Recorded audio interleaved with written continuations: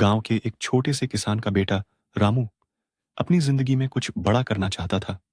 गांव में ज्यादातर लोग खेती बाड़ी करते थे और वही उनका जीवन था।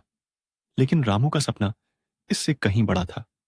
उसे पढ़ाई में बहुत रुचि थी और वह कुछ ऐसा करना चाहता था जिससे उसका नाम हो और उसका परिवार गर्व महसूस कर सके। परिवार की आर्थिक स्थिति बहुत अच्छी नहीं थी। रामू के पिता ने अपनी पूरी जिंदगी खेतों में काम किया था और अब रामू से भी यही उम्मीद करते थे। लेकिन रामू के दिल में कुछ और ही था। उसने अपने पिता से कहा, पिताजी, मैं पढ़ाई करना चाहता हूं।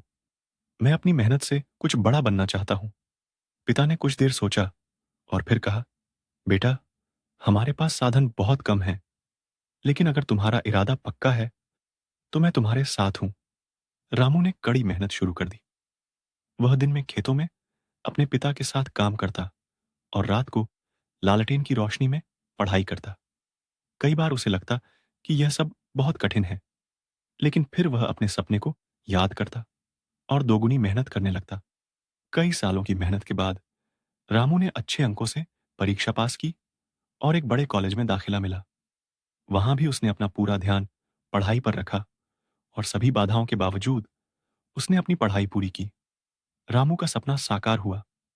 वह एक सफल इंजीनियर बना और अपने परिवार का जीवन बेहतर बनाया। जब वह अपने गांव वापस आया तो पूरे गांव ने उसे गर्व के साथ देखा। उसके पिता की आंखों में गर्व और खुशी के आंसू थे।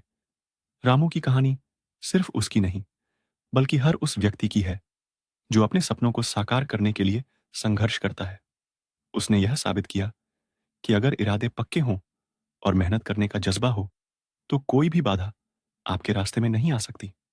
इस कहानी से हमें यह प्रेरणा मिलती है कि मेहनत, समर्पण और विश्वास के साथ कोई भी सपना पूरा किया जा सकता है।